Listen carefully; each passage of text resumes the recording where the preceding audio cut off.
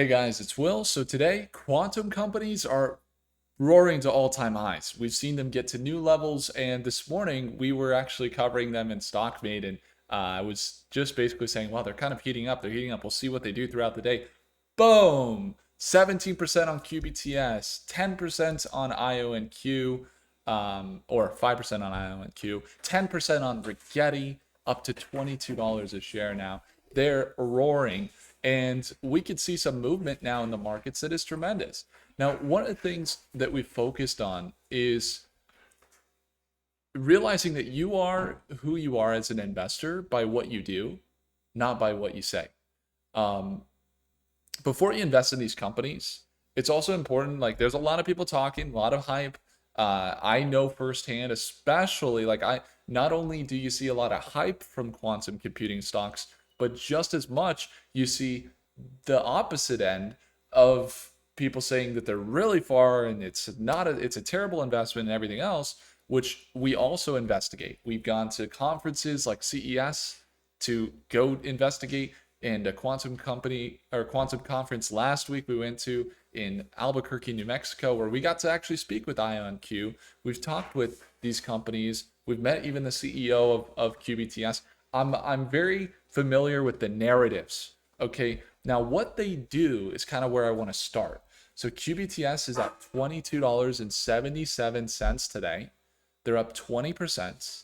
Okay, so that's what they're doing today as far as price movement. IONQ is up to $67 a share, and Rigetti stock is up to $22 per share.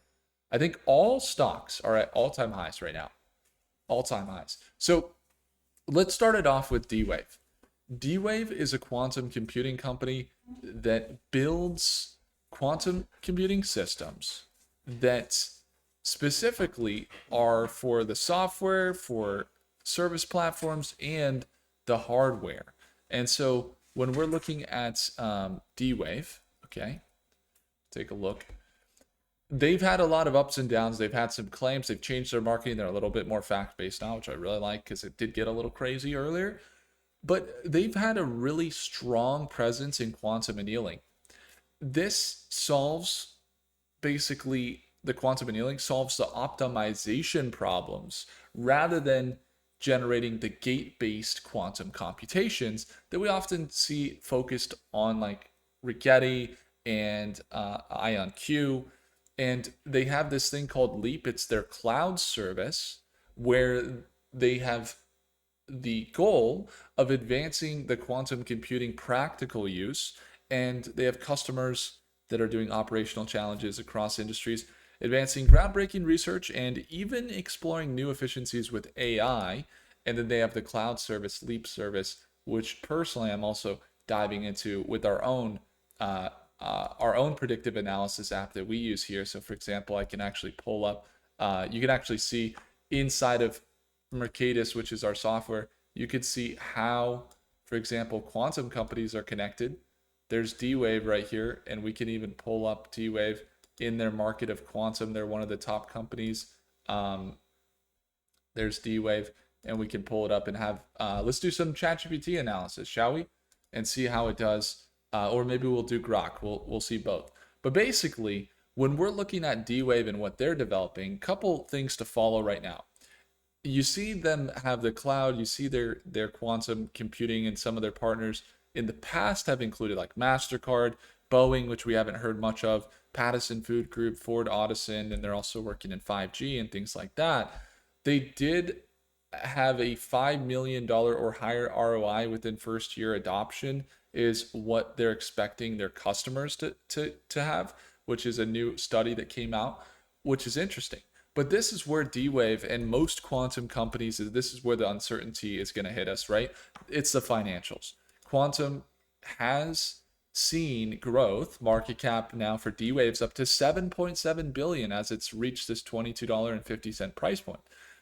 But one thing to note here, and this is the other thing, which is if you look at today, the news, this is the first rate cut in 9 months. So this could have something to do with this market just absolutely roaring here after hours. But the first rate cut in 9 months, the stocks were kind of mixed. Even we saw the Dow was up, but NASDAQ was down. But the labor market, it wasn't looking that good. Weakening job market influenced some of the decisions, is why they cut the rates. So you do see some of the markets go up a little bit here after hours. So that might have affected the quantum market. So just to preface, but outside of that, one of the other things that could be artificial, and or why this could be artificial, is we could see them pull back to reality around revenue. Revenue, they've only seen around 3 million a quarter, with spikes of about 15 million here and there from individual sales of their systems. But when it comes to most quantum companies, we're looking at the revenue. The revenue is $3 million in the quarter. So about, they're on track to do about 25 million in the year. And it doesn't look good on the revenue side. Negative net income of 167 million on average yearly. We've seen them losing about 150 million or 140 million. So balance sheet, though, we see them increase their balance sheet, double it or more than double it since 2024. They're up to $843 million in total assets right now. So cash is up to 820 million. They got more public offerings, more investments. And the same thing is true as with most quantum companies. So if we were to look at, PE ratios, which, just for reference, like Benjamin Graham or Warren Buffett, for example, PE ratio of quantum companies, like most of them right now, if you look at them, they are not looking so hot, right? So PE ratio is negative. PE ratio is negative. PE ratio is ideally, let's see, that's what the AI is saying. But there's some PE ratios that we've seen that are not looking so hot. And then you look at, what does Warren Buffett look for? PE ratio of about 20 is what Warren Buffett looks for. So for example, like the PE ratios are wild, the valuations are super high, and the revenue has not caught up. And so when you look at that in tandem, you can look at QBTS here, but you can also drop into so $22 a share, all-time highs for D-Wave.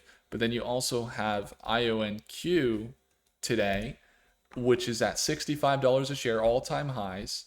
So these are the weaknesses of not just QBTS, like revenue dollar amounts are small in quantum industry in general. You can see they're at a $20 billion market cap, and they haven't pulled in more than 20 million in a quarter.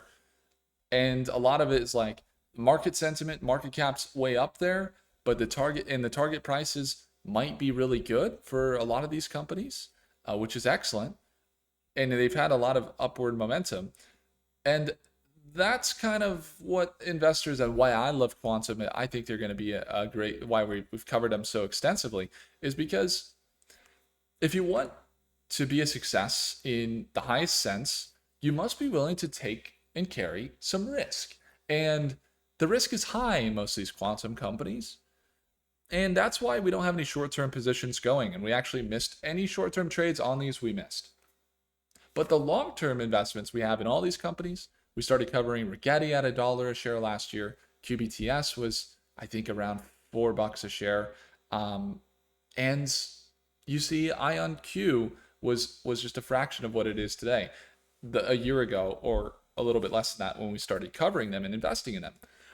But again, that's why we take risk, and why we see them surge is because of why? Because they have the potential to disrupt the entire tech industry. So that brings us to Rigetti. Rigetti stock today, they are also at all-time highs now, I believe, at $22.44. They are rocketing. And so you can kind of see some of our drawings that we had. It looks like when we were looking at QBTS, they were continuing to roar up this trend here. Rigetti is kind of the same way. They were in an uptrend. We were following for many months here. We were looking for Rigetti to make a 37% move. We're actually up 114% on the Rigetti that we do have. And they're up to $22 a share right now. That's a 40% increase over the last week, right? So huge gains. They're seeing the gains because they are also one of the hardware companies and software companies in the quantum space. They're out of Berkeley. Okay, so they're right there with backing with Nvidia, with Amazon and others. They have sold some of their Novera QPUs to some places, and they're partnered with NASA, Oxford. They got distribution channels on AWS, Microsoft, which you could see through the cloud on Microsoft. You could see Rigetti. So they're there. But then when you get into the full stack quantum computing company, which again, they do the quantum processors, superconducting qubits, and they offer cloud platforms that the quantum computing setup is basically full stack. So again, software, hardware, all that stuff. But while they're at all-time highs, and we see them up in the 6 months 100%, right? The revenue still struggles. We see their market cap 7 billion, revenue struggles, and you can see their revenue dropped massively in the last year. They're down to just a 1.8 million in the last quarter with a negative net income. So they're down 52% year over year. Annually, when you look at some of their movement here, that the recent report that they had positive net income, that was just due to non-cash gains, so derivative warrants and earnout liabilities, which means that's pretty dangerous from an investor perspective, because you might see the positive net income and you're like, oh, they're doing good, but it doesn't always translate the way that you think. They didn't actually earn that. That's actually investor money coming in. And so gross margins are definitely under pressure. We could see net profit margins down negative 440%. There's no reason financially that they would be at the valuation they're at. It's all based on technology. It's all based on where quantum's going. The only reason that they do have some leeway is they got plenty of years of runway with total assets around $636 million, which even if they kept up their current present pace, they're going to be around for 10 years based on those total assets. They don't massively deplete. So holders increase, valuation, market sentiment. You see more institutional buyers of the company.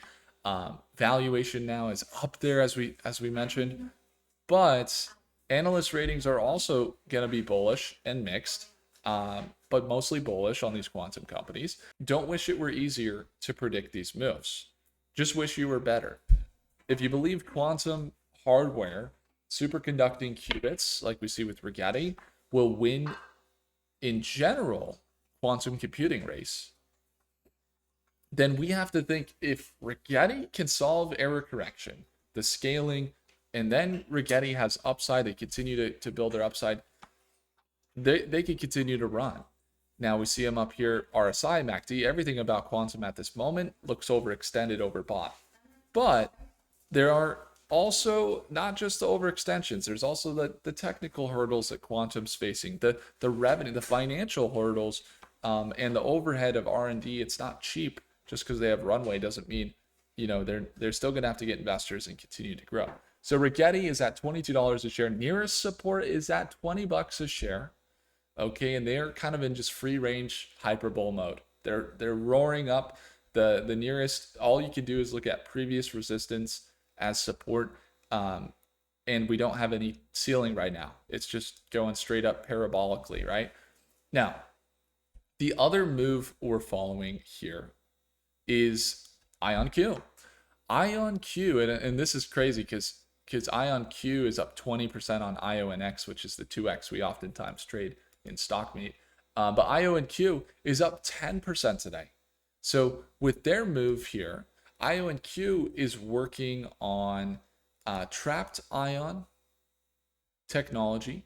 It's quantum computing, which some believe offers advantages in the accuracy, the coherence, and the qubit connectivity.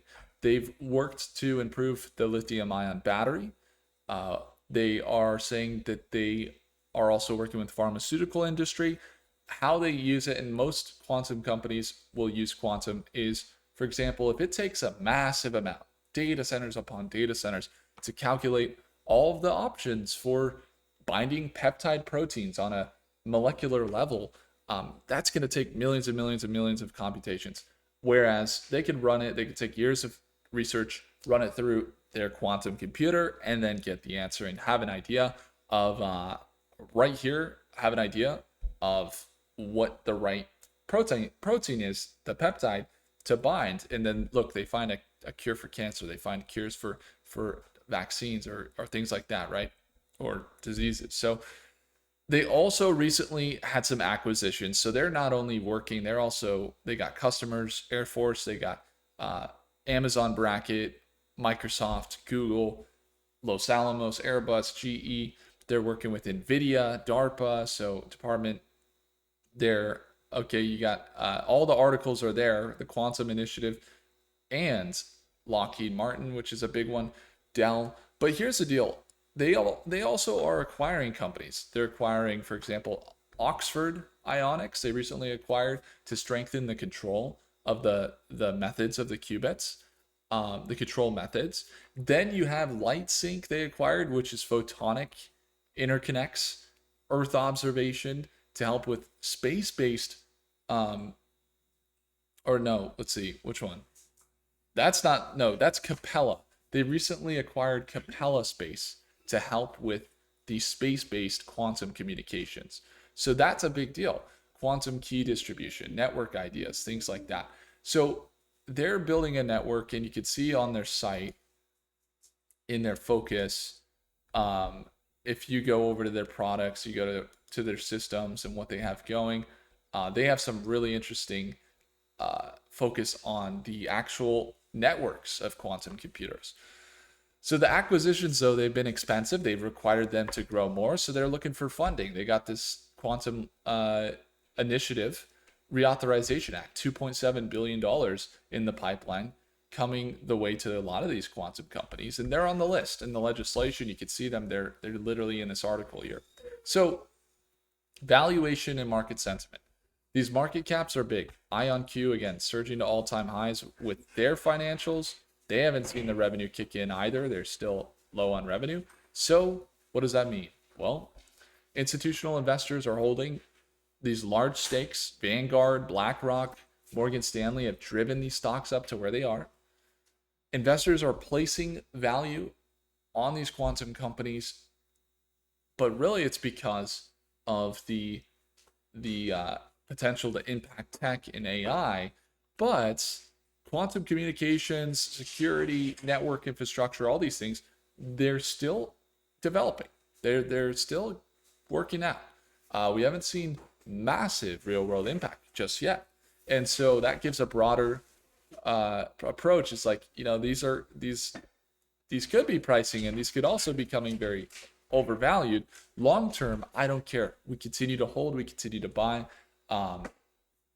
And every adversity, if they pull back, let's say they pull back big, it's going to carry an equal equivalent, right?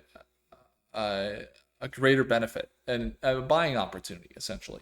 So quantum is in that mode right now, right? They're up. QBTS is up. Rigetti is up. Over double digits in percentage points today. And still, the soil is kind of rocky with where they're at. Growth is slow, actually, in their technology, and the risk is real. So when you're looking out at these, buying a top here could be risky, so make sure you have a plan.